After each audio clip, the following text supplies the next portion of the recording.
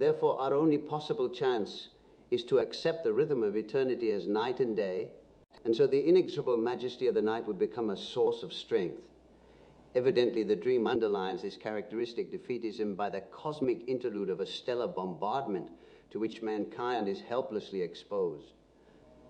The dream contains no trace of sexuality if, as the dreamer said, we disregard the meeting with the young lady, as if every relationship to the opposite sex was always necessarily based on sexuality. What disturbed him was the fact that the meeting took place at night. One can carry sex consciousness too far. As this remark shows, the wicker chair is not exactly inviting in this respect, and for the dreamer himself, it signified an excellent condition for concentrated mental work, as indicated also by the notebook. As the dreamer was an ardent student of astrology, the combination of the numbers 11 and 8 set him a special problem. He thought of XC. 8 is the month and day of his decease. Being an elderly man of more than 60 years, and 10, he was thoroughly justified in such reflections. His astrological calculations led him to relegate this fatal November to the year 1963, the middle of the conjectural World War. But he added cautiously that he was by no means sure. The dream, he said, left behind a strange feeling of contentment and of thankfulness that such an experience had been vouchsafed him. It was indeed a big dream, for the like of which many a man has been thankful, even if he did not understand it correctly. Commentary to Dream 4, the dream begins with a sunset, when the sun is hidden by clouds so that all one can see is a disk. This would emphasize the round form, a tendency confirmed by the appearance of a second disk. Jupiter, more round bodies in large numbers, things from outer space. For these reasons, the dream comes into the category of psychic UFO phenomena. The uncanny pallor of the sun is indicative of the fear that spreads over the daylight world in anticipation of catastrophic events to come. These events, much in contrast to his daylight. Jupiter, the father of the gods, seems to have left his orbit and is approaching the Earth. We meet this motif in Schreber's memoirs. The extraordinary happenings going on all around him compel God to move nearer to the Earth. The unconscious interprets the threat as a divine intervention, which manifests itself in the appearance of smaller replicas of the great Jupiter. The dreamer does not draw the obvious conclusion about UFOs and does not seem to have been influenced in his choice of symbols by any conscious concern with them. Although to all appearances a cosmic catastrophe is about to happen, the fear changes into a positive mood of a solemn, holy, and reverent kind, as is fitting for an epiphany. For the dreamer, however, the coming of the god signalizes extreme danger. The heavenly bodies explode on the earth like huge bombs, thus bearing out his fear of a world war.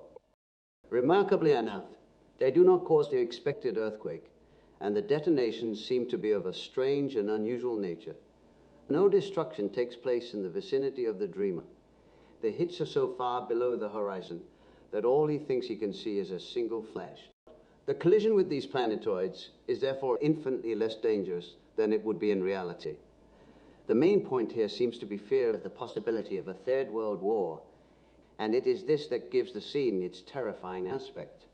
It is the dreamer's own interpretation rather than the phenomenon itself which causes him to be so agitated. Consequently, the whole affair assumes a markedly psychological aspect. This is immediately borne out by the meeting with the young lady, who keeps her composure, imperturbably goes on with her work, and prophesies the date of his death. She does this in so solemn and impressive a manner that he even feels it necessary to emphasize the number of the words she uses, namely 8. That this number is more than mere chance is proved by the supposed of death, the 8th of November. This double emphasis on the 8 is not without significance, for 8 is a double quaternity and, as an individuation symbol in Mandalas, plays almost as great a role as the quaternity itself. For lack of association material, we shall suggest only a tentative interpretation of the number 11 with the help of the traditional symbolism. 10 is the perfect unfolding of unity, and the numbers 1 to 10 have the significance of a completed cycle. 10 plus 1 equals 11, therefore denotes the beginning of a new cycle. Since dream interpretation follows the principle post hoc ergo propter hoc, 11 leads to 8, the Ogodai totality symbol, and hence to an actualization of wholeness, as already suggested by the appearance of UFOs. The young lady, who seems to be unknown to the dreamer, may be taken as a compensating anima figure. She represents a more complete aspect of the unconscious than the shadow, since she adds to the personality its feminine traits. As a rule, she appears most clearly when the conscious mind is thoroughly acquainted with its shadow, and she exerts her greatest influence as a psychological factor when the feminine qualities of the personality are not yet integrated. If these opposites are not united, wholeness is not established, and the self as their symbol is still unconscious. But when the self is constellated, it appears in projection, though its true nature is hidden by the anima, who at most alludes to it, as in this dream. The anima, with her calmness and certainty, counters the agitations of the dreamer's ego consciousness. And by mentioning the number 8 points to the totality, the self, which is present in the UFO projection, the intuition of the enormous importance of the self as the organizer of the personality, and also the importance of the collective dominance or archetypes, which as so-called metaphysical principles determine the orientation of consciousness, is responsible for the solemn mood prevailing at the beginning of the dream. It is a mood in keeping with the coming epiphany, though it is feared that this will unleash a world war or a cosmic catastrophe. The anima, however, seems to know better. Anyway, the expected destruction remains invisible, there being no real cause for alarm in the dreamer's vicinity except his own subjective panic. The anima ignores his fear of a catastrophe and alludes instead to his own death, which we can well say is the real source of his fear. Very often the nearness of death forcibly brings about a perfection that no effort of will and no good intentions could achieve. He is the great perfecter, drawing his inexorable line under the balance sheet of human life. In him alone is wholeness, one way or another, attained. Death is the end of the empirical man, the goal of the spiritual man, as the Perspicius Heraclitus says. It is to Hades that they rage and celebrate their feasts. Everything that is not yet where it ought to be, that has not yet gone where it ought to have gone, fears the end, the final reckoning. We avoid as long as possible making ourselves conscious of those things which wholeness still lacks, thus preventing ourselves from becoming conscious of the self and preparing for death. The self then remains in projection. In our dream it appears as Jupiter, which in approaching the earth changes into a multitude of smaller heavenly bodies, into numberless selves or individual souls, and vanishes in the earth, i.e. is integrated with our world. This hints, mythologically, at an incarnation, but psychologically it is the manifestation of an unconscious process in the sphere of consciousness. Speaking in the language of the dream, I would advise the dreamer to consider the universal fear of catastrophe in the light of his own death. In this connection, it is significant that the conjectured year of his death falls in the middle of the critical period 1960-66. The end of the world would therefore be his own death and hence, primarily a personal catastrophe and but as the symbolism of the dream unmistakably portrays a collective situation, I think it would be better to generalize a subjective aspect of the UFO phenomenon and assume that a collective but unacknowledged fear of death is being projected on the UFOs. After the initial optimistic speculations about the visitors from space, people have recently begun to discuss their possible dangerousness and the incalculable consequences of an invasion of the Earth. Grounds for an unusually intense fear of death are nowadays not far to seek. They're obvious enough. The more so as all life that is senselessly wasted and misdirected means death too. This may account for the unnatural intensification of the fear of death in our time, when life has lost its deeper meaning for so many people, forcing them to exchange the life-preserving rhythm of the aeons for the dread ticking of the clock. One would therefore wish many people the compensating attitude of the anima in our dream, and would recommend them to choose a motto like that of Hans Hopfer, a native of Basel and pupil of Holbein. Death is the last line of things. I yield to none. 16 Dream 5. This dream comes from a woman with an academic education. It was dreamt several years ago without reference to UFOs. Two women were standing on the edge of the world seeking. The older was tall but lame. The younger was shorter and had her arm under that of the taller as if supporting her. The older one looked out with courage. I identified her in some way with X, and the younger stood beside her with strength but feared to look. Her head was bowed. I identified myself with this second figure. Above was the crescent moon and the morning star. To the right, the rising sun, an elliptical, silvery object came flying from the right. It was peopled around its rim with figures which I think were men, cloaked figures all silvery white. The women were awed and trembled in that unearthly cosmic space, a position untenable except at the moment of vision. After this extremely impressive dream, the dreamer immediately seized a paintbrush in order to fix the vision as shown in PL1. The dream describes a typical UFO phenomenon which, like Dream 1, contains the motif of manning, i.e., the presence of human beings. It obviously represents a borderline situation, as the expression on the edge of the world shows. Out beyond is cosmic space with its planets and suns, or the beyond may be the land of the dead or the unconscious. The first possibility suggests a spaceship, the technical achievement of more highly developed planetary beings. The second, angels of some kind or departed spirits who come to Earth in order to fetch a soul. This would refer to X, who was already in need of support as she was ill. Her health really did give grounds for anxiety, and in fact she died about 2 years after the dream. Accordingly, the dreamer took it as a premonition.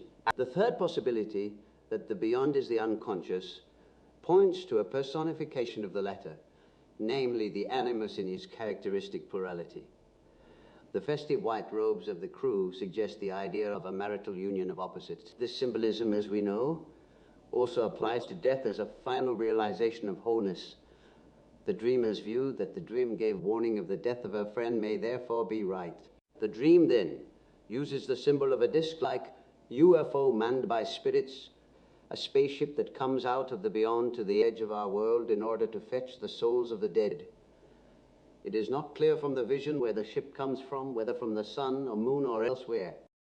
According to the myth in the Acta Achilleae, it would be from the waxing moon, which increases in size according to the number of departed souls that are scooped up from the earth to the sun in 12 buckets, and from there are emptied into the moon in a purified state.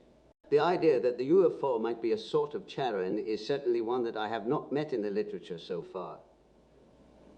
This is hardly surprising, firstly because classic illusions of this sort are a rarity in people with a modern education, and secondly because they might lead to very disagreeable conclusions. The apparent increase in UFO sightings in recent years has caused disquiet in the popular mind and might easily give rise to the conclusion that if so many spaceships appear from the beyond, a corresponding number of deaths may be expected. We know that such phenomena were interpreted like this in earlier centuries. They were portents of a great dying, of war and pestilence, like the dark premonitions that underlie our modern fear. One ought not to assume that the great masses are so enlightened that hypotheses of this kind can no longer take root. The Middle Ages, antiquity, and prehistory have not died out, as the enlightened suppose, but live on merrily in large sections of the body. Mythology and magic flourish as ever in our midst, and are unknown only to those whose rationalistic education has alienated them from their roots. Quite apart from ecclesiastical symbolism, which embodies 6,000 years of spiritual development and is constantly renewing itself, there are also its more disreputable relatives, magical ideas and practices which are still very much alive in spite of all education and enlightenment. One must have lived for many years in the Swiss countryside in order to become acquainted with this background, for it never appears on the surface. But once you have found the key, you stagger from one amazement to the next.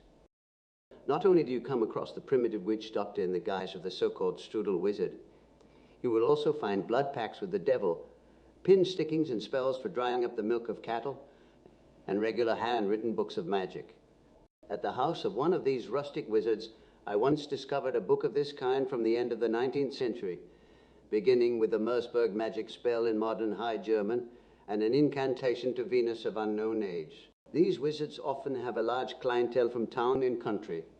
I myself have seen a collection of hundreds of letters of thanks, which one of them received for successfully laying ghosts in houses and stables, for taking the curse off men and animals, and for curing all manner of ailments.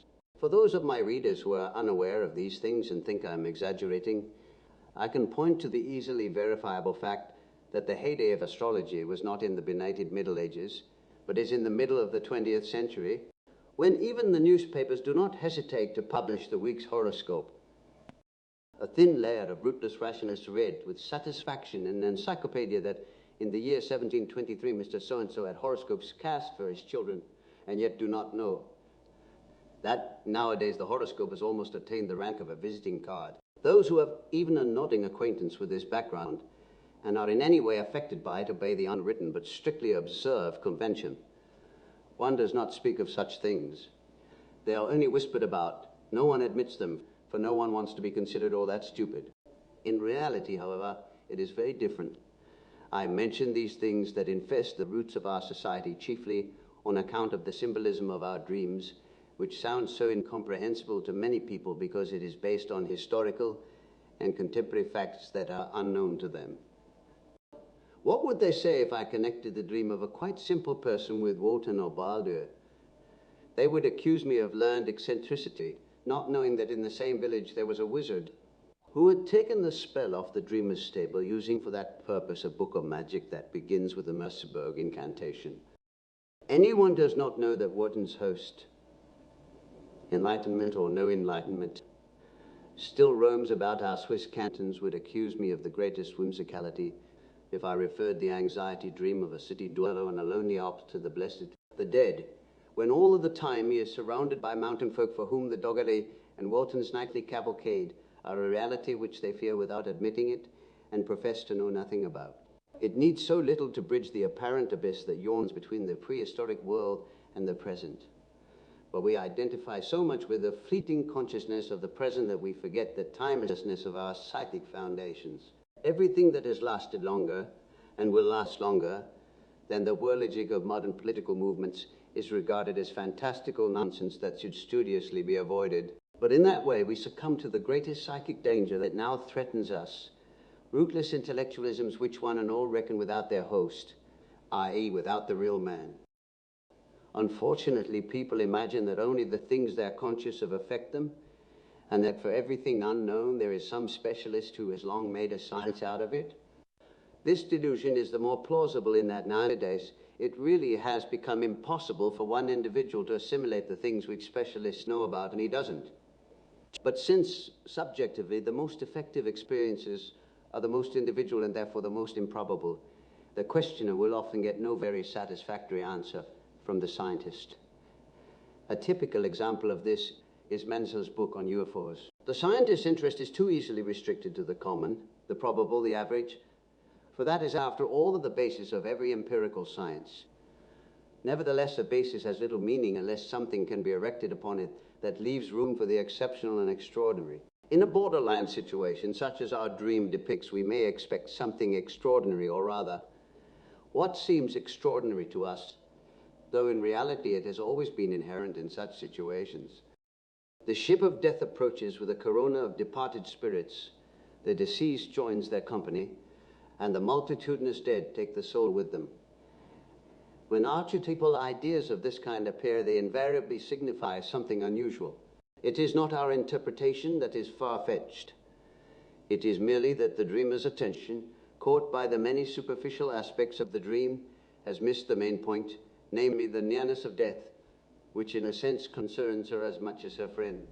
We have met the motive of the manning of the spaceship in the dream of the metallic spider, and shall meet it again in the next one. The instinctive resistance we feel for the deeper aspect of this motif may explain why it seems to play no role in the UFO literature. Some are not the well-known throng, but there is no need of this summons because the fear that hangs over the world has already taken care of that. Dream 6. The following dream comes from California, the classic saucer country, so to speak. The dreamer is a young woman of 20. I was standing outside with someone, a man. It was nighttime and we seemed to be in a square or the center of town, a circle. We were watching the sky. All of a sudden I saw something round and fluorescent coming towards us from way in the distance. I realized it was a flying saucer. It was a ridiculous joke. It got larger and larger as it came towards us. It was a huge round circle of light. Finally, it covered the entire sky. It was so close. I could see figures walking back and forth. On the walk round the ship, there was a railing around it. I thought someone was playing a trick, then I thought it was real. I looked up behind me and saw someone with a movie projector. In back of us seemed to be a building, like a hotel. These people were up high and projecting this image into the sky. I told everyone. Then I seemed to be in a sort of studio. There were two producers, competitors, both old men. I kept going from one to the other, discussing my part in their pictures. There were many girls involved. One of the producers was directing this flying saucer thing. They were both making science fiction films, and I was going to have the lead in both pictures. The dreamer, a young film actress, was undergoing psychological treatment for a marked dissociation of personality with all the accompanying symptoms. As usual, the dissociation expressed itself in her relations with the opposite sex. That is, in a conflict between two men who corresponded to the two incompatible halves of her personality. Commentary to Dream 6, as in the first two dreams, the dreamer was conscious of UFOs. And here as there, the UFO functions as a symbol carrier. Its appearance is even expected, since the dreamer had already put herself in a central position for this purpose, a square or center of the city. This gives her a central position between the opposites, equidistant from right and left, and allowing her to see or feel both sides. In the light of this attitude, the UFO appears to be rather like an exemplification or projection of it.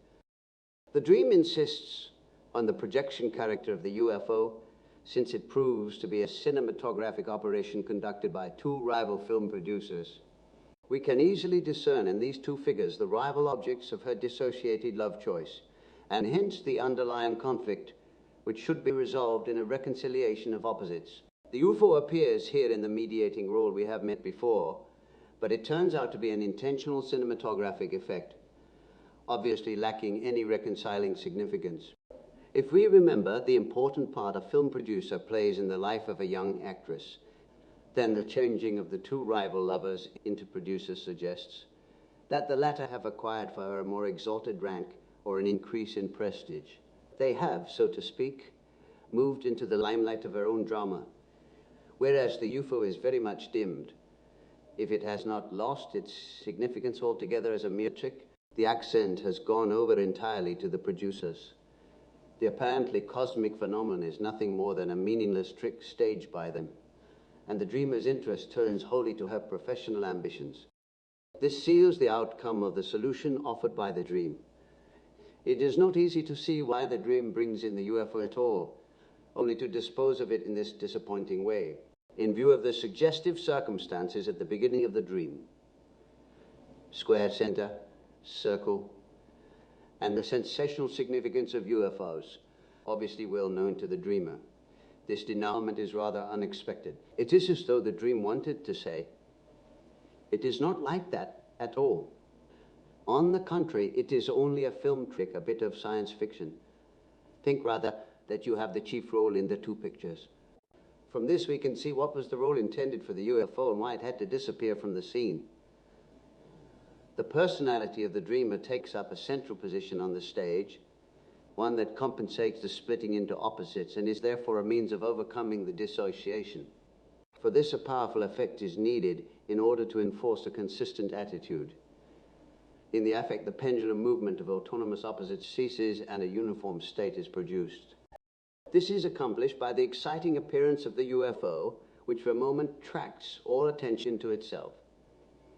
It is clear that the UFO phenomenon in this dream is unreal and only a means to an end, as though one called out to a person, look out. It is what it is immediately devalues.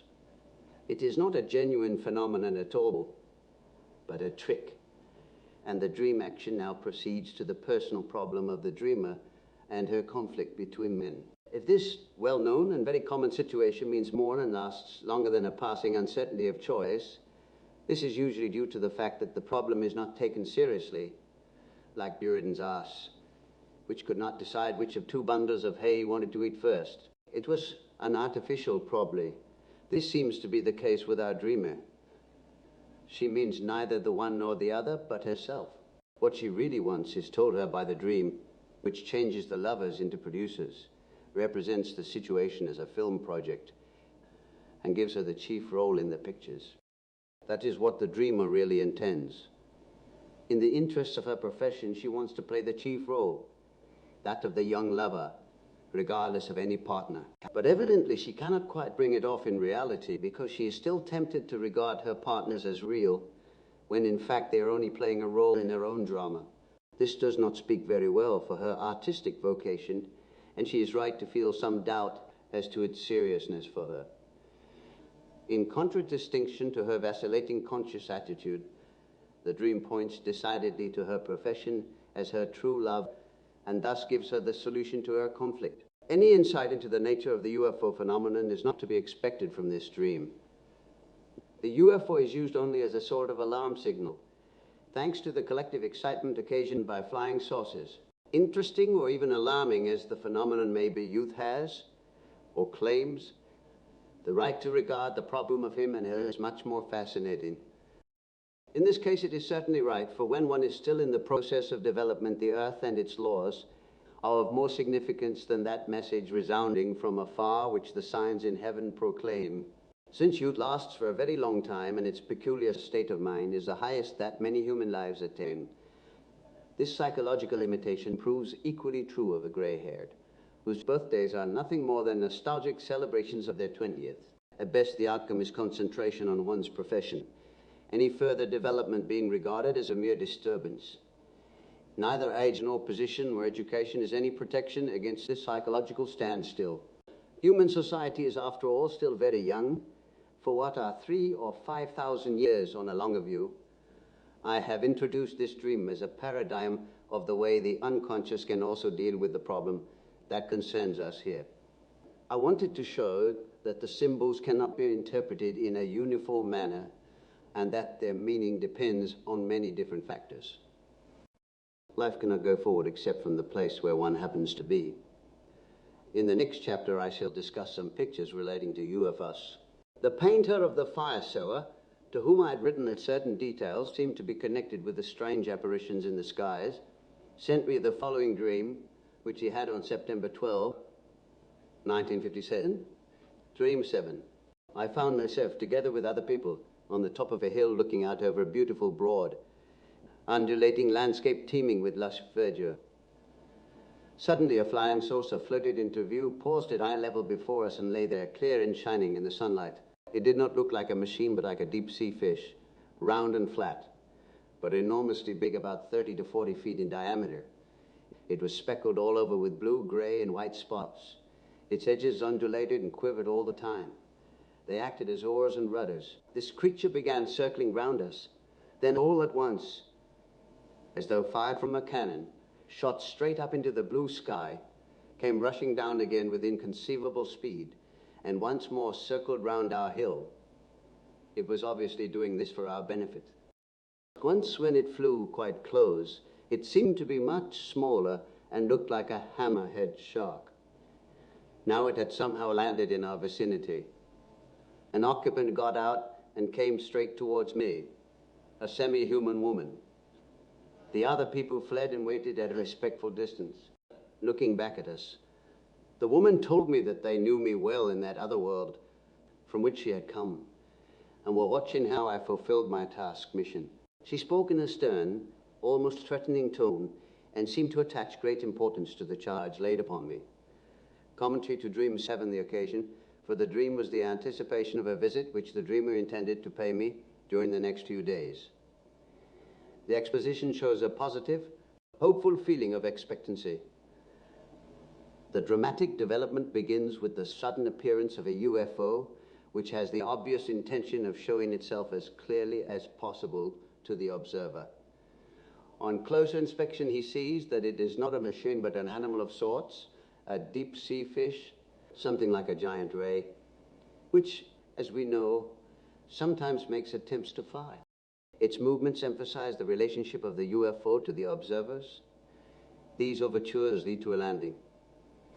A semi-human figure climbs out of the UFO, thus revealing an intelligent human relationship between the UFO and its observers. This impression is strengthened by the fact that it is a feminine figure which, because it is unknown and indefinite, belongs to the anime type. The numinosity of this archetype causes a panic reaction among the people present. In other words, the dreamer registers a subject to reaction of flight. The reason for this lies in the fateful significance of the anime figure. She is the Sphinx of Oedipus, a Cassandra, the messenger of the Grail, the white lady who gives warning of death, etc. She comes from another world where the dreamer is known and where they watch attentively how he fulfills his mission. The anime personifies the collective unconscious, the realm of the mothers, which, as experience shows, has a distinct tendency to influence the conscious conduct of life, and when this is not possible, to erupt violently into consciousness in order to confront it with strange and seemingly incomprehensible contents. The UFO in the dream is a content of this kind whose strangeness leaves nothing to be desired. The difficulty of integration is in this case so great that the dreamer's ordinary powers of comprehension fail him, and he resorts to mythical means of explanation, star dwellers, angels, spirits, gods, even before he knows what he has seen. So great is the numinosity of these ideas that one never asks oneself whether it might not be a subjective perception of collective unconscious processes. For in the common estimation, a subjective observation can only be either true, or else, as a delusion of the senses or an hallucination, it can only be untrue. The fact that the latter are also true phenomena with sufficient reasons of their own is apparently never taken into account, so long as no obviously pathological disturbance is present. There are, however, manifestations of the unconscious, even in normal people, which can be so real and impressive that the observer instinctively resists taking this perception as a delusion or hallucination. His instinct is right. One does not see only from outside inwards, but from inside outwards. When an inner process cannot be integrated, it is often projected outside. It is indeed the rule that demands consciousness projects or perceptions coming from the feminine personification of the unconscious onto an anima figure, i.e., a real woman, to whom he is as much bound as he is in reality to the contents of the unconscious. This explains the fateful quality of the anime, which is also suggested in the dream by a question. How are you fulfilling your life's task and mission? Your raison d'être, the meaning and purpose of your existence. This is the question of individuation, the most fateful of all questions, which was put to Oedipus in the form of the childish riddle of the Sphinx and was radically misunderstood by him. Can one imagine an intelligent Athenian playgoer ever being taken in by the terrible riddles of the Sphinx? Oedipus did not use his intelligence to see through the uncanny nature of this childishly simple and all too facile riddle, and therefore fell victim to his tragic fate because he thought he had answered the question. It was the Sphinx itself that he ought to have answered, and not its facade. Just as Mephistopheles proves to be the quintessence of the poodle, so the anime is the quintessence of the UFO. But Mephistopheles is not the whole of Faust, and the anime too is only a part of the whole, which is obscurely alluded to in the deep sea fish, the rotundum. Here the anima plays a role of the mediatrix between the unconscious and the conscious, a dual figure like the Sphinx, compounded of animal instinct bodied, and specifically human qualities had it. In her body lie the forces that determine man's fate. In her head, the power to modify them intelligently. This basic idea is also reflected in the picture we shall reproduce later. At this point, the dream speaks a mythical language that makes use of conceptions of another world and of angelic beings who watch the doings of men. This vividly expresses the symbiosis of conscious and unconscious. Such, at any rate, would seem to be the nearest we can get to a satisfactory explanation. With regard to the possible metaphysical background, we must honestly confess our ignorance and the impossibility of proof. The unmistakable tendency of the dream is the attempt to create a psychology in which we meet again and again in this and many other forms, regardless of whether the UFO should be understood as concrete realities or a subjective phenomenon. The psychology is a reality in its own right. It is based on a real perception which has no need of the physical reality of UFOs, because it manifested itself long before UFOs were ever heard of. The end of the dream lays special weight on the woman's message, emphasizing its seriousness, even its menacing quality. The collective parallel to this is the widespread fear that the UFOs may not be harmless after all, and that communication with other planets might have unpredictable consequences. This view is supported by the fact that the suppression of certain information by the American authorities cannot be relegated entirely to the realm of fable. The seriousness, indeed dangerousness, of the problem of individuation cannot be denied in an age in which the destructive effects of mass-mindedness are so clearly apparent, for individuation is the great alternative that faces our Western civilization. It is a fact that in a dictator state the individual is robbed of his freedom, and that we too are threatened by this political development and are not at all sure of the right means of defense. The question arises in all urgency: are we going to let ourselves be robbed of our individual freedom? And what can we do to stop it? Anxiously, we look around for collective measures, thereby reinforcing the very mass-mindedness we want to fight against. There is only one remedy for the leveling effect of all collective measures, and that is to emphasize and increase the value of the individual. A fundamental change of attitude, metanoia, is required, a real recognition of the whole man. This can only be the business of the individual, and it must begin with the individual in order to be real.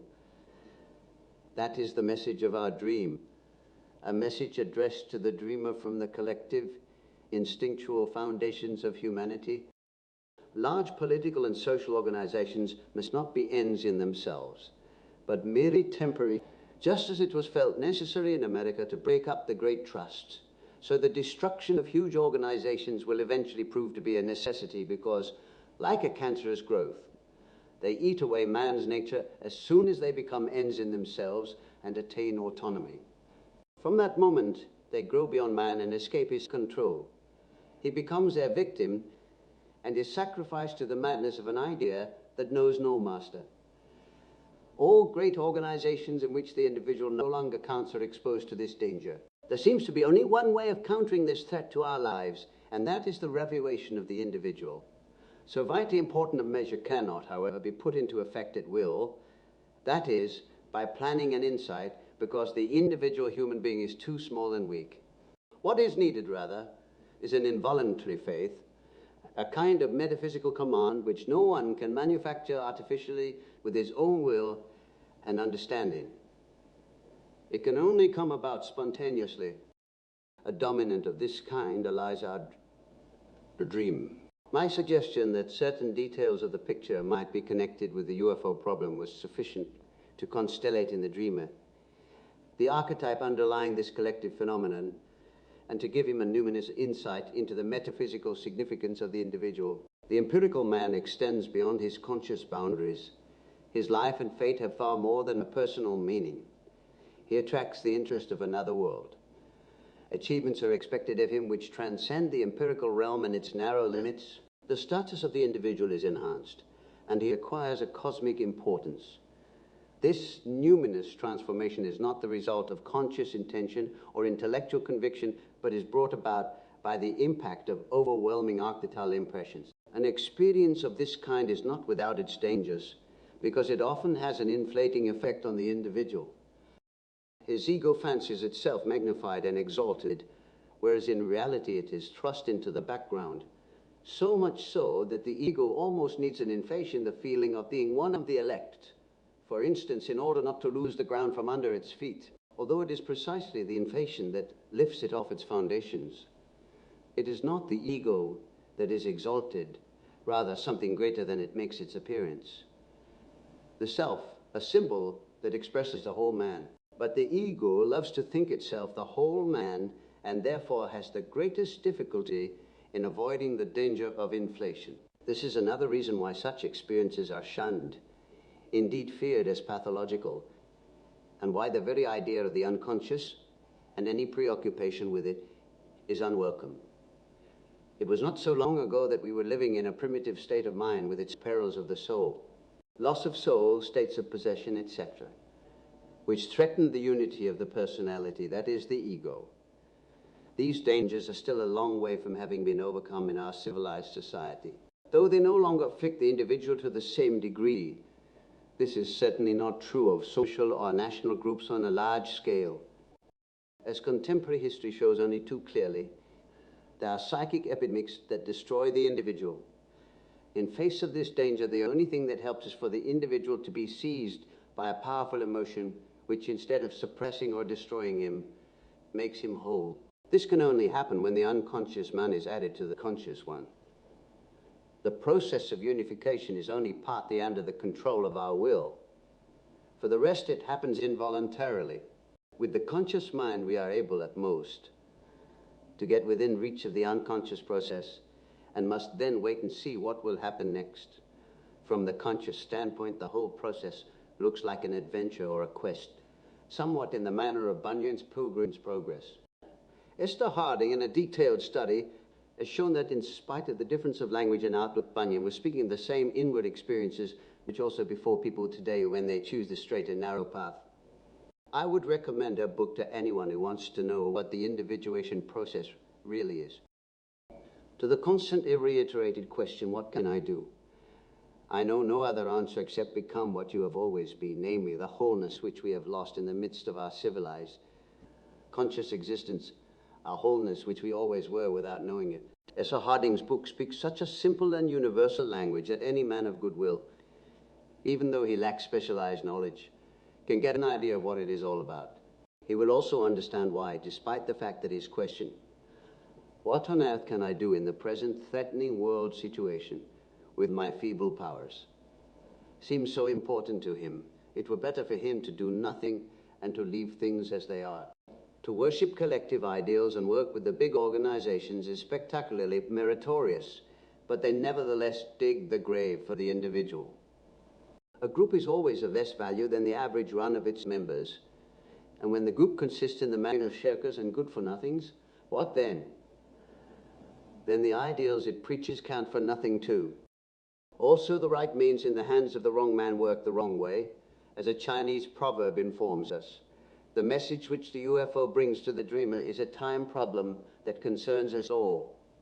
The signs appear in the heavens so that everyone shall see. They bid each of us remember his own soul and his own wholeness, because this is the answer the West should give to the danger of mass-mindedness. Notes 1. A report on the case of Captain Mantell, now become a classic, speaks of the UFO's resemblance to a teardrop and says it behaved like a fluid. C.F. Wickens' Flying Saucers on the Attack, B90. D. The phallus is not just a sign that indicates the penis. It is a symbol because it has so many other meanings. Dionysus, for instance, was invoked as Encolpios. In the lap, 7.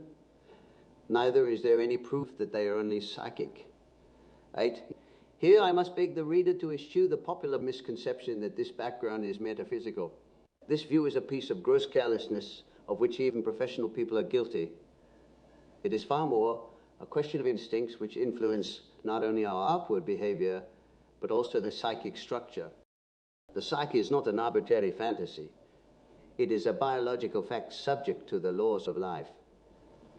Harold T. Wilkins, in Flying Saucers on the Attack, mentions a report of a rain of threads, supposed to come from unknown spiders. 13. The horror people feel for spiders has been vividly described by Jeremias Gottholf in his story, The Black Spider. 17. CFA Anila Jaffe's Apparitions and Precognition, which investigates strange occurrences among modern people for their mythological content. 18. Swiss-German expression for the nightmare or stable spook. 20. I am indebted to Dr. H.Y. Kluger, Los Angeles, for this material. 2001. When the shadow, the inferior personality, is in large measure unconscious, the unconscious is represented by a masculine figure. Chapter 3. UFOs in modern painting.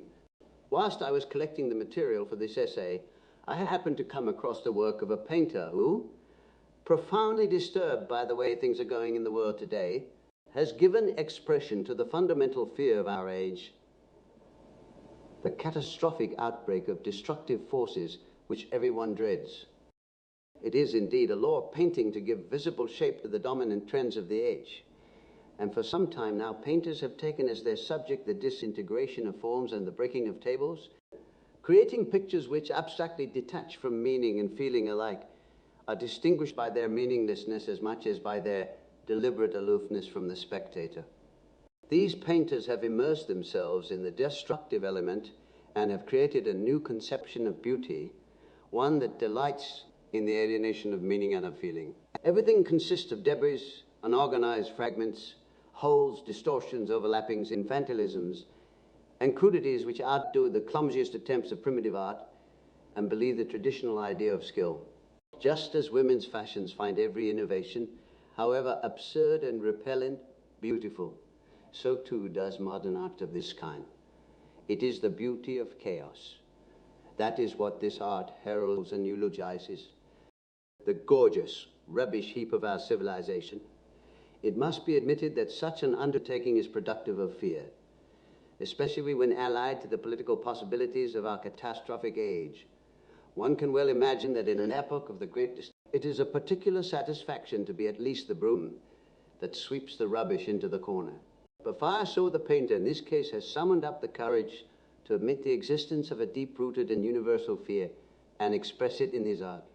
Just as other artists have dared, or were driven, to choose as their motive the conscious and unconscious will for destruction and to depict the collapse of our civilization chaos. They did this with a passionate superiority worthy of Herostratus, with no fear of the consequences. Fear, however, is an admission of inferiority. It shrinks back from chaos and longs for solid, tangible reality, for the continuity of what has been, for meaning and purpose. In a word, for civilization. It is conscious that all destruction is the result of inadequacy and that we lack something vital which could halt the onrush of chaos. It must counter the fragmentariness of our world by a striving to be healed and made whole. But since this apparently cannot be found in the present, we cannot even conceive what would make us whole. We have become skeptical, and chimerical ideas of world improvement stand low on the list. The old panaceas have finally failed and are no longer trusted, or only half-heartedly. The lack of any serviceable or even credible ruling ideas has created a situation that resembles a tabula rasa. Almost anything might appear on it. The phenomenon of the UFOs may well be just such an apparition. More or less conscious of its analogy with a UFO, the artist has painted a round, fiery object rotating the heavens above the darkening city. Following a naive impulse to personification, he has given it the suggestion of a human face, so that it became a head separated from the body to which it belongs. Like the head, the body consists of flame. It is the gigantic figure, a spectral sower, who went forth to sow. He sows flames, and instead of water fire, falls from heaven. It seems to be an invisible fire, a fire of the philosophers, for the city takes no notice of it, nor does it start a conflagration. It falls unheeded, apparently to no purpose, like seed from the hand of the sower. Like an immaterial essence, the fiery figure strides through the houses of the city. Two worlds which interpenetrate yet do not touch. As the philosophers, that is, the old masters of alchemy, assure us, their water is at the same time fire. The Mercurius is Hermaphroditus and Duplex, a compexio positorum, the messenger of the gods, the one and all. He is more of a Hermes Catachstonios afterenim Mercurius, a spirit emanating from the earth, shining bright and burning hot, heavier than metal and lighter than air, serpent and eagle at once, poisonous and alexopharmic. He is the panacea itself and the elixir of life, but on the other hand, he is a deadly danger for the ignorant. For the educated person of those days, who studied the philosophy of alchemy as part of his general equipment, it was a real religio medici. This figure of the fire sower would have been full of illusions, and he would have had no difficulty in assimilating it to his stock of knowledge. For us, however, it is a disconcerting oddity, and we look round in vain for anything to compare it with, because what the conscious mind thinks is so utterly different from what the unconscious is aiming at. The picture illustrates the incommensurable nature of two worlds which interpenetrate but do not touch. One could compare it to a dream that is trying to tell the dreamer that consciously he lives in a dully rational world while all the time he's confronted with the nocturnal phantom of a Homo Maximus. Understood as a subject reflex, the giant figure could be taken as a kind of psychological spectre of the Brocken. In that case, one would have to posit a repressed megalomania of which the artist himself is afraid. The whole thing would then be shifted onto a pathological plane and would be nothing more than a neurotic self-confession slyly insinuated into the picture. The frightening spectacle of an apocalyptic world situation would be reduced to the personal, egocentric fear which everyone feels who nurses a secret megalomania. The fear that one's imagined grandeur will come to grief on colliding with reality. The tragedy of the world would be turned into the comedy of a little cock of the dunghill. We know only too well that such jokes occur all too frequently. So facile an argument is not sufficient to make this descent from the sublime to the ridiculous appear at all plausible. The significance of the figure lies not so much in its size and strangeness as in the numinosity of its unconscious symbolical background. If it were no more than a matter of personal vanity and infantile self-assertion, the choice of a different symbol would have been far more appropriate. The figure of a successful and envied rival in one's own profession, for instance, suitably got up to impress, or one that increased the artist's status. But here everything points to the contrary. The figure is in every respect archetypal. It is of superhuman stature, like an archaic king or god. It consists not of flesh and bone, but of fire. Its head is round, like a luminary, or like the angels in Revelation 10 way, and a rainbow was upon his head, and his face was as it were the sun. Or like the starry heads of the planetary gods in medieval paintings, the head is separated from the body, as if to emphasize its independence, and could be compared to the arcane substance of the alchemists, the philosophical gold, the aurum non vogi, the head element or omega, element symbol that originated with Zosimus of Panopolis, 3rd century AD.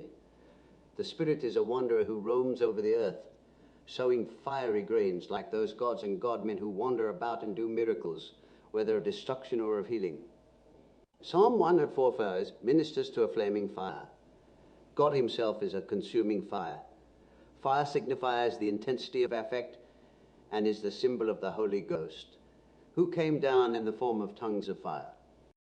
The characteristics of this fire sowing figure are all steeped in tradition, some of them conscious and biblical.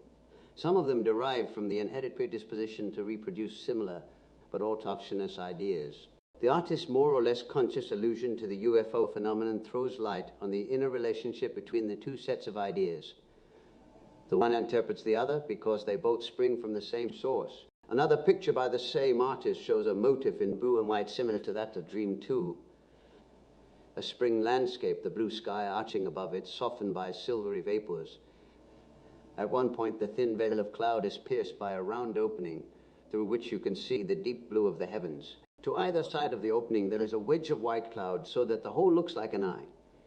Extremely realistic automobiles rush along on the road below. They do not see it. The artist explained to me.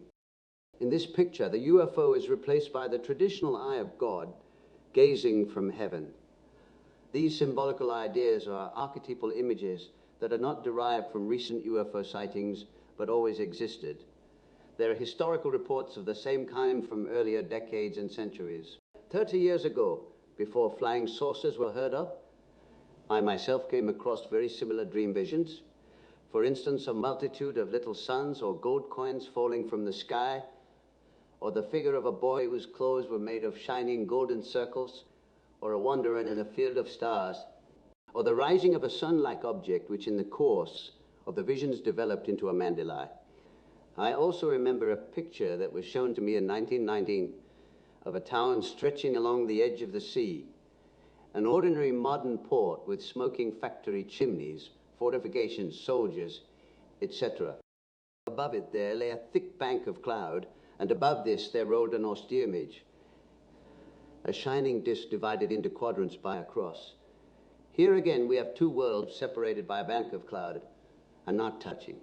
From the very beginning, the UFO reports interested me as being, very possibly, symbolical rumors.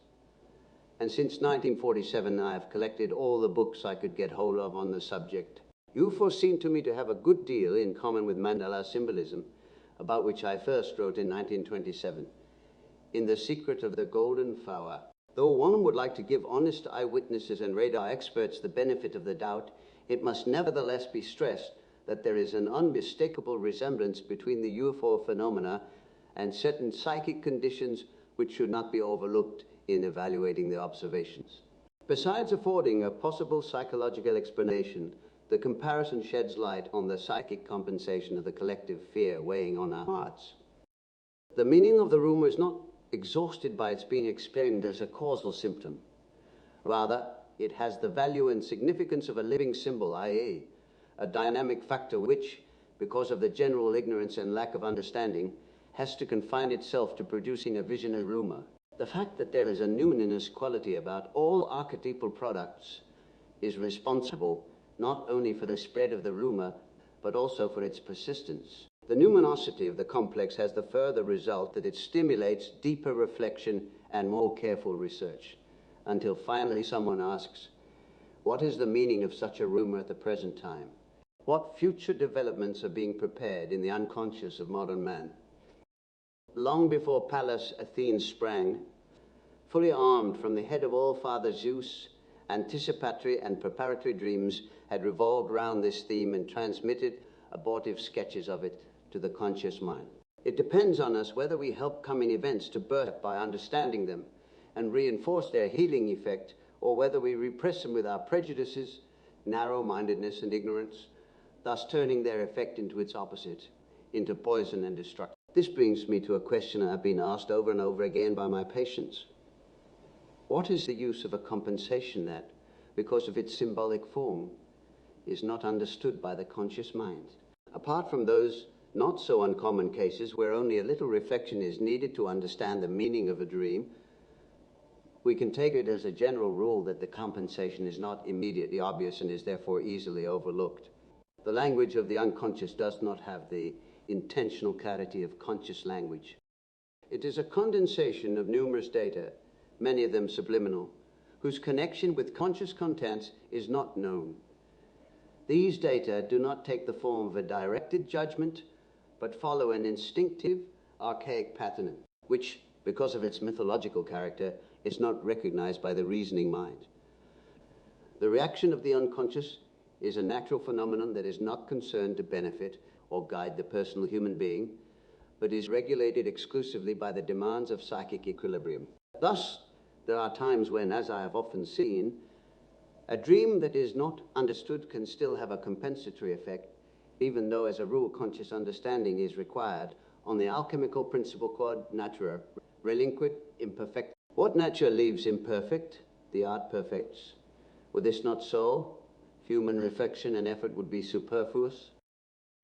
For its part, the conscious mind often proves incapable of recognizing the full scope and significance of certain vital situations it has created for itself, and so challenges the unconscious to bring up the subliminal context, which, however, is written not in rational language, but in an archaic one with two or more meanings. And since the metaphors it uses reach far back into the history of the human mind, its interpreters will need historical knowledge in order to understand its meaning. This is true also of our painting. It is a picture that reveals its meaning only with the aid of historical amplification. The fear from which it sprang is explained by the collision of the artist's conscious world with a strange apparition that came from an unknown region of his being. This world behind, below, and above us appears to us as the unconscious, which adds its subliminal contents to the images we consciously create. Thus, there arises the figure of a Homo Maximus, an Anthropos, and Filius Hominis of fiery nature, whose godlikeness or numinosity is proved by the fact that he immediately evokes similar figures in our minds, such as Enoch, Christ, or Elijah, or the visions of Daniel and Ezekiel. Since Yahweh's fire chastises, tills, and consumes, the spectator is also at liberty to think of Jacob Boehmer's wrath fire, which contains hell itself together with Lucifer. The scattered flames could therefore signify the enthusiasm of the Holy Ghost as well as the fire of evil passions. In other words, the extremes of emotion and effect which human nature is capable of, but which in ordinary life are prohibited, suppressed, hidden, or altogether unconscious. It is probably not without good reason that the name Lucifer applies to both Christ and the devil. The temptation in Matthew 4:3-5 describes the split between them, and the fight against the devil and his angels exemplifies the mutual opposition, and at the same time the inner relationship between the two sides of a moral judgment. An opposition exists only where two principles conflict with one another, but not where one is and the other not, or where there's only a one-sided dependence, such as when only good has substance but not evil. The final figure is ambiguous and therefore unites the opposites. It is a uniting symbol, a totality beyond human consciousness, making whole the fragmentariness of the merely conscious man. It is a bringer of salvation and disaster at once. What it will be, for good or ill, depends on the understanding and ethical decision of the individual. The picture is a kind of message to modern man, admonishing him to meditate on the signs that appear in the heavens and to interpret them aright. The reflection of the UFO phenomenon in the artist's fantasy has produced a picture whose basic features are similar to those already discussed in the dreams. It belongs to another dimension, to a world of gods that seems to have no connection with our reality. The picture gives one the impression of a vision, beheld by one singled out and elect, who was permitted to see what the gods do secretly on earth. The artist's interpretation of the phenomenon is at an astronomical remove from the popular view that UFOs are controlled space machines. The fourth dimension, like the previous painting, this too is contemporary. In order to avoid misunderstandings, I must point out at once that it is painted on canvas and that the peculiar treatment of the background is not the result of the grain of wood showing through. It was the artist's intention to represent something growing or flowing. Similarly, he uses the skyline of a city to emphasize a horizontal plane cutting through the picture, whereas Jacobi contrasts the low-lying city with the spacious night sky. Picasso has moved the horizontal upward to indicate that the essence of the background also flows downward through the depths of the earth. The color of the city is a soft dark red. The background is a light, watery greenish-blue streaked with pale yellow and vermilion. In this background, there are 14 more or less distinct circles. 10 of them form the eyes of shadowy faces, half animal, half human. The other 4 look like knots in wood or like dark objects floating about with halos round them. From the mouth of the large face at the top, there issues a stream of water that flows downward through the city. Neither touches the art. 2 incommensurable events are taking place on 2 totally different planes, one vertical, the other horizontal. Since, on the horizontal plane, there's a 3-dimensional city bathed in a light that shines from the left of the picture and has nothing to do with the background, this background can only be considered as a 4th dimension. The intersecting lines of the 2 worlds form a cross-Hessian waterfall. The only discernible connection between the 2 is the downward glance of the eyes in the large face above the city. The pronounced nostrils and abnormally wide apart eyes show that the face is only partly human. Of the 4 other faces, the only unmistakably human one is at the top left. The face at the bottom left can only be made out very faintly. If we regard the face in the middle, distinguished both by its size and by the fact that the water flows from its mouth, as the main face and as the source, then the ground structure of the picture is a quincunx. This is a symbol of the quintessentia, which is identical with the philosopher's stone. It is the circle divided into 4 with the center, or the divinity extended in 4 directions, or the 4 functions of consciousness with their unitary substrate, the self. The quaternity has a 3-in-1 structure, 3 animal demonic faces and 1 human one. This peculiar feature of our picture recalls the quaternity discussed by Plato in the Timaeus and experienced still earlier by Ezekiel in his vision of the 4 seraphim. One of them had a human face. The other 3 had animal faces. The motive appears again in certain representations of the sons of Horus and in the emblems of the evangelists, as well as in the 4 Gospels, 3 synoptic, 1 Gnostic, and in the 4 persons of Christian metaphysics, the Trinity and the devil. The 3-I-1 structure is a motif that runs all through alchemy and was attributed to Maria the Copt or Jewess. Goethe took it up again in the Kabiri scene in Faust. The number 4 as the natural division of the circle is a symbol of wholeness in alchemical philosophy, and it should not be forgotten that the central Christian symbol is a quaternity 2, which in the form of the long cross even has the 3-A1 structure. This painting, like the previous one, depicts the collision of two incommensurable worlds, vertical and horizontal, which meet only at one point. In the sower's intention to scatter fire on the earth, and in the downward glance of the eye. Coming now to the 4 circles that are not eyes, we note that only one of them, on the extreme left, is completely round and solid looking. The circle on the right of the mouth is light with a dark center. A 3rd circle appears to be emitting a whitish vapor. A 4th circle is half hidden by the flowing water. They form a differentiated quaternity in contrast to the undifferentiated ogdoad of eyes, which, if we disregard the main face, belong to a quaternity with a 3-E1 structure. It is difficult to say how much in the main face is animal and how much is human. But since it represents the source of living water quintessence, aurum potable, aqua permanens, vinum ardens, elixir vitae, etc., and appears to have an animal comment, its doubtfully human character is plain enough.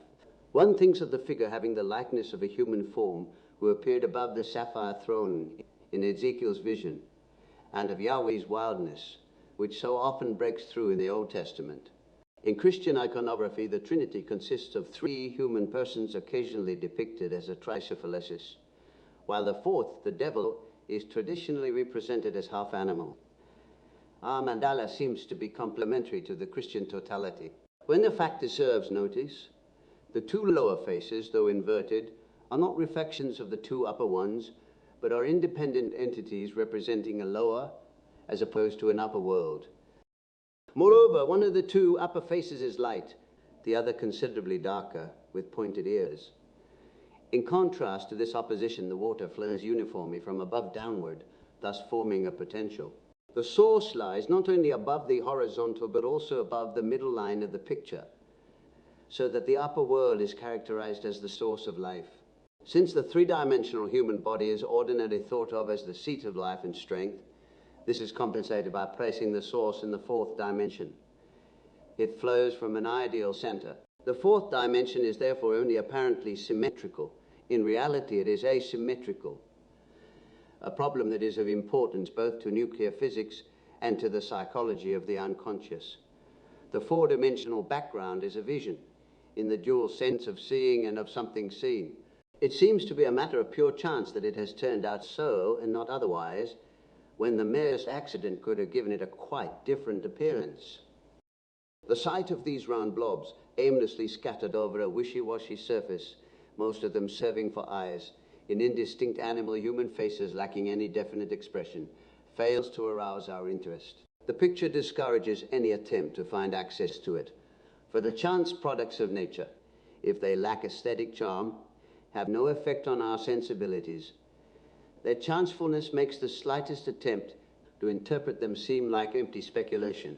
It needs the interest of the psychologist, so often incomprehensible to the layman, to follow up a vague instinct for order, using for this purpose the most primitive of all devices, namely counting. When there are few or no characteristics that can be compared with one another, number remains as the ordering schema. Nevertheless, the little discs or holes are distinctly round, and the majority of them are eyes. It is only by chance, I must repeat this, that numbers and other patterns appear whose exact repetition would be extremely improbable. In such cases, we must refrain from all statistical or experimental thinking, for a probability test of this picture would involve astronomical figures. Investigations of this kind are only possible when a very simple experiment can be repeated over and over again in the shortest time, like Rein's tests. Our picture is a unique and complex occurrence, which from the statistical point of view is entirely meaningless. But from the psychological point of view, such curiosities may be meaningful because the conscious mind is involuntarily impressed by their numinosity.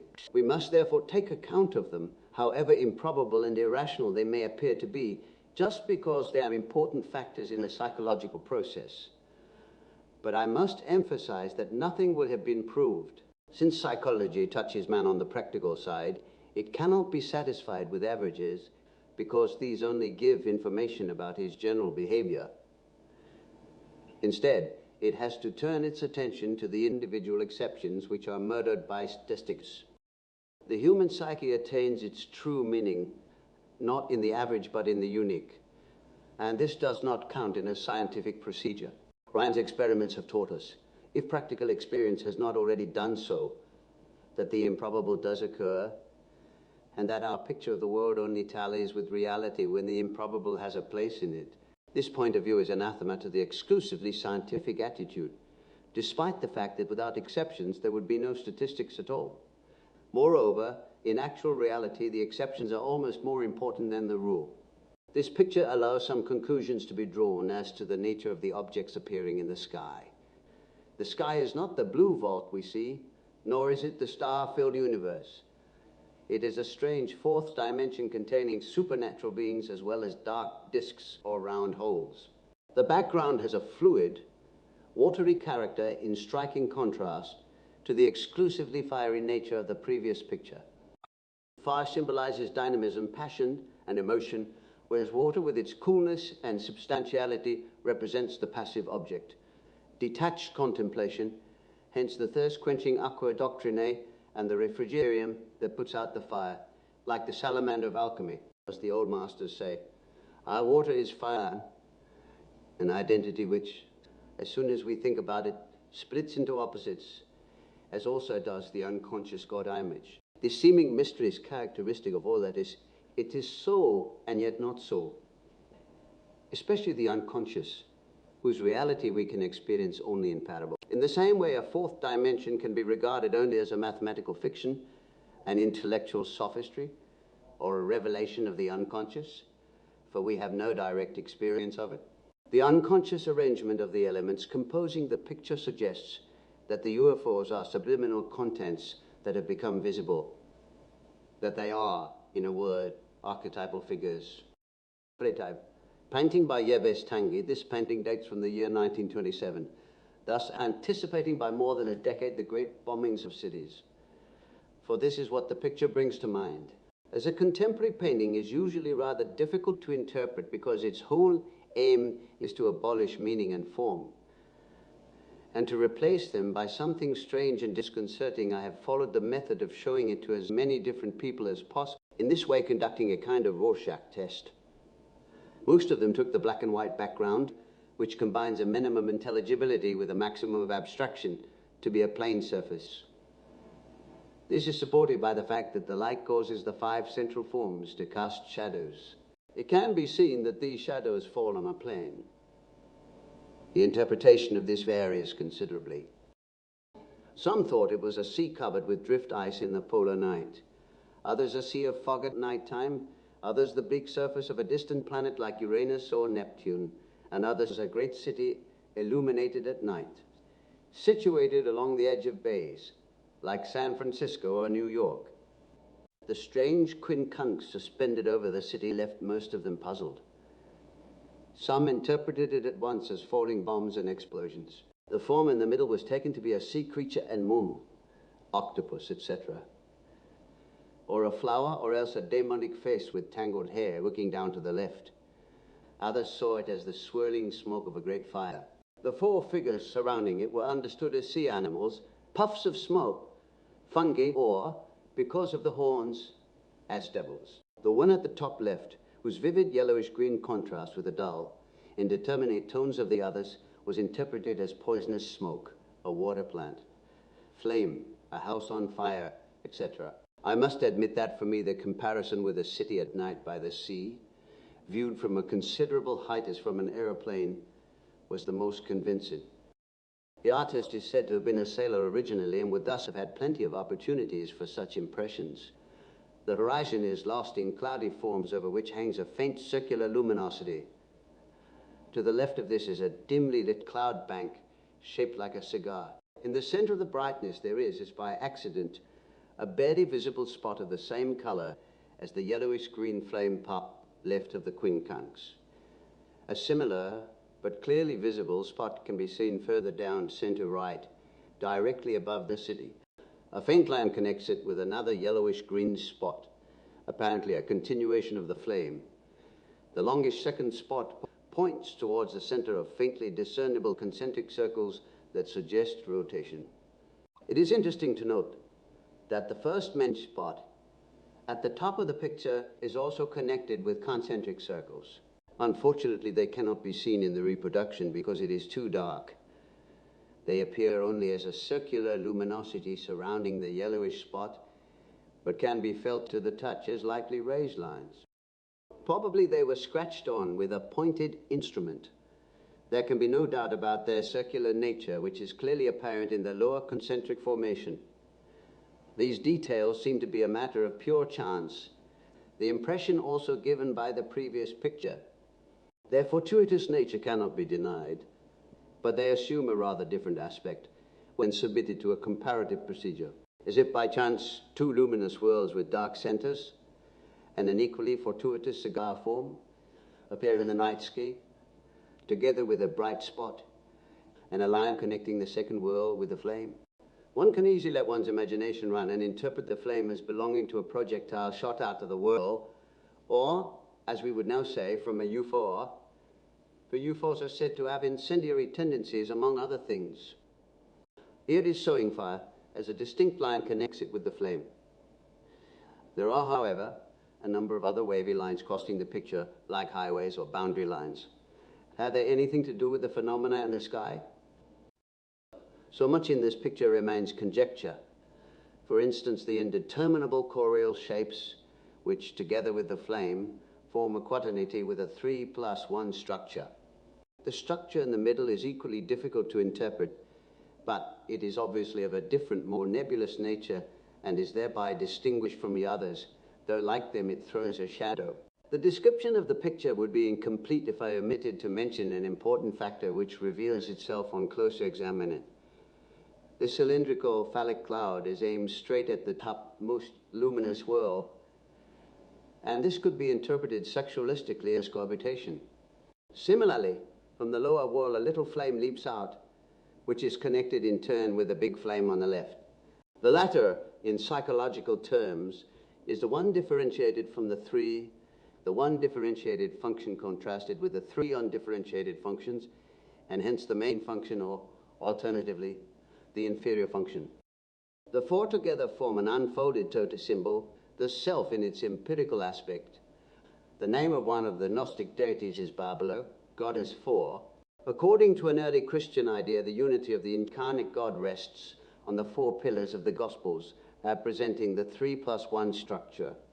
Just as the Gnostic monogenes unidinus, only begotten, stands on the tapese four-footed table. Christ is the head of the church. As God, he is the unity of the Trinity, and as the historical Son of Man and Anthropos, he is the prototype of the individual inner man, and at the same time the culmination, goal, and totality of the empirical man. Thus we arrive at an apparently fortuitous picture of a hieros gamos taking place in the heavens, followed by the birth of a Savior and his epiphany on earth. The picture is distinguished by a strongly marked horizontal axis. The vertical axis is expressed by the quaternity and, more dramatically, by the heavenly origin of the fire. The comparison with the bombing is not so far-fetched, since at the time the picture was painted, this possibility was in the air, both as a memory of the past and as a premonition of the future. The UFOs in the sky and the remarkable happenings down below together constitute an impressive vertical, which could be interpreted as the intrusion of a different order of things. The accent lies, without doubt, on the quincunx, which we have dealt with above. It is a decidedly enigmatic structure, and this obviously accords with the artist's intention. He has undoubtedly succeeded in expressing the bleakness, coldness, lifelessness, the cosmic inhumanness, and infinite desolation of the horizontal, despite the association city. He thus confirms a tendency of this kind of modern art to make the object unrecognizable and to cut off the sympathy and understanding of the beholder, who, rebuffed and confused, feels thrown back on himself.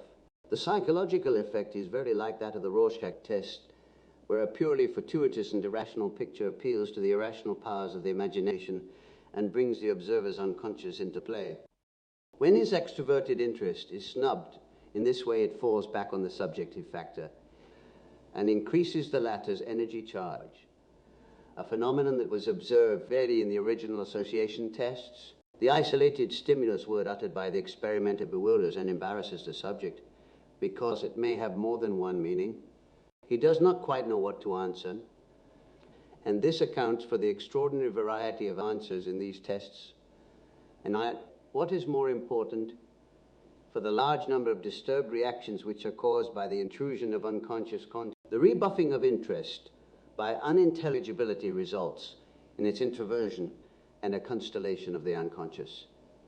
Modern art has the same effect. We can therefore attribute to it a conscious or unconscious intention to turn the beholder's eyes away from the intelligible and enjoyable world of the senses and to enforce a revelation of the unconscious as a kind of substitute for the loss of human surroundings. This is also the intention of the association experiment and the Rorschach tests.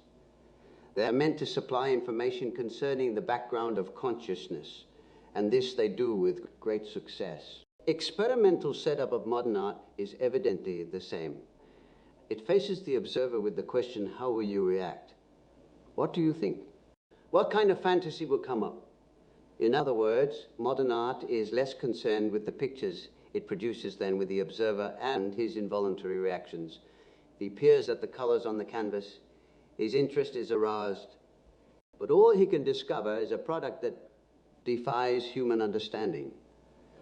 He feels disappointed, and already he is thrown back on a subjective reaction which vents itself in all sorts of exclamations. Anyone who knows how to interpret these will learn a lot about the subjective disposition of the observer, but next to nothing about the painting as such. For him, it is no more than a psychological test. This may sound disparaging, but only for those who regard the subjective factor merely as a source of discomfort.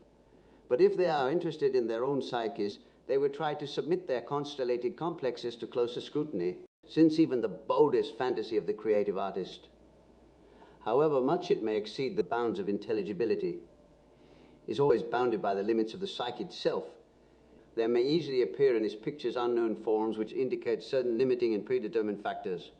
These, in Tanguay's picture, are the quincunx, the quaternity with the 3-1 structure, and the signs in the heavens, the circles and the cigar form.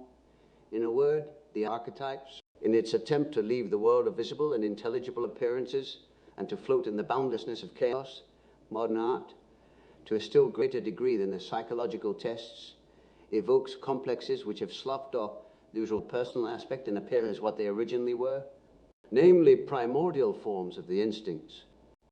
They are of superpersonal, collective unconscious nature.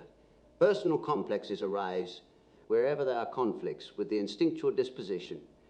These are the points of faulty adaptation, and their sensitiveness releases effects which tear the mask of adaptedness off the face of civilized man.